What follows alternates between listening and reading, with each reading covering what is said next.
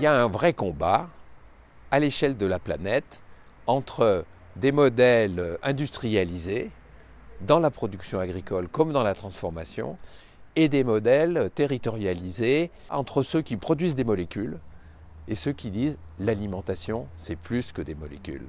L'outil des indications, des signes de qualité, qui sont les appellations d'origine protégée, indications géographiques ou toute forme de label, sont un outil formidable et qu'il faut défendre, mais ça reste un combat, quoi.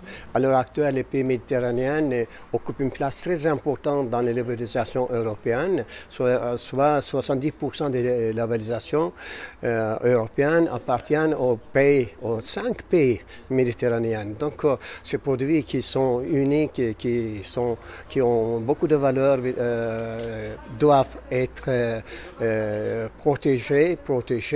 Les bénéfices sont nutritionnels, c'est pas de la junk food. Ils sont nutritionnels, ils sont aussi sociaux, puisque ça améliore le revenu. L'emploi est bien plus important dans ce type d'exploitation.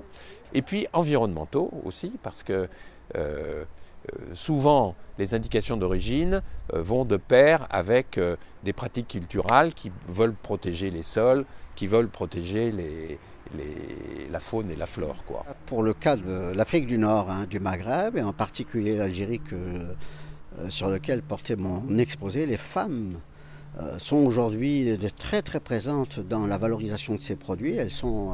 D'abord, elles maîtrisent les préparations traditionnelles, les fromages, les conduites dans les jardins potagers, la transformation des fruits. Elles sont les véritables gardiennes de ces patrimoines. Elles maîtrisent tous ces savoirs et les transmettent souvent.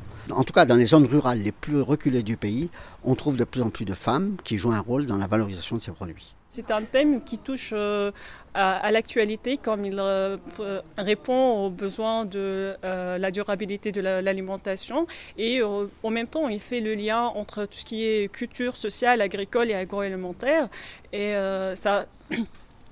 c'est très important en termes de développement parce qu'il incite au développement des acteurs, au développement de faire des formations et en même temps de donner une image de qualité de ces différents pays.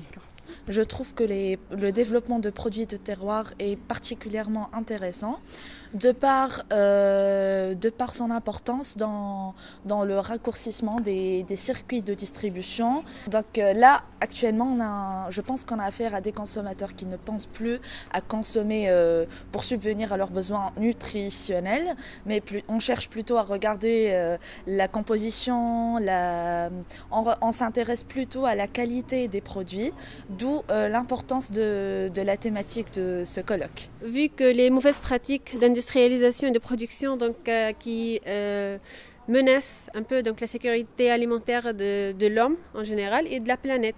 Donc là, on essaye de faire l'équilibre entre ce qu'on a besoin de consommer et ce qu'on peut consommer. On essaye d'exploiter au mieux ce qu'on a comme ressources pour penser aux générations futures.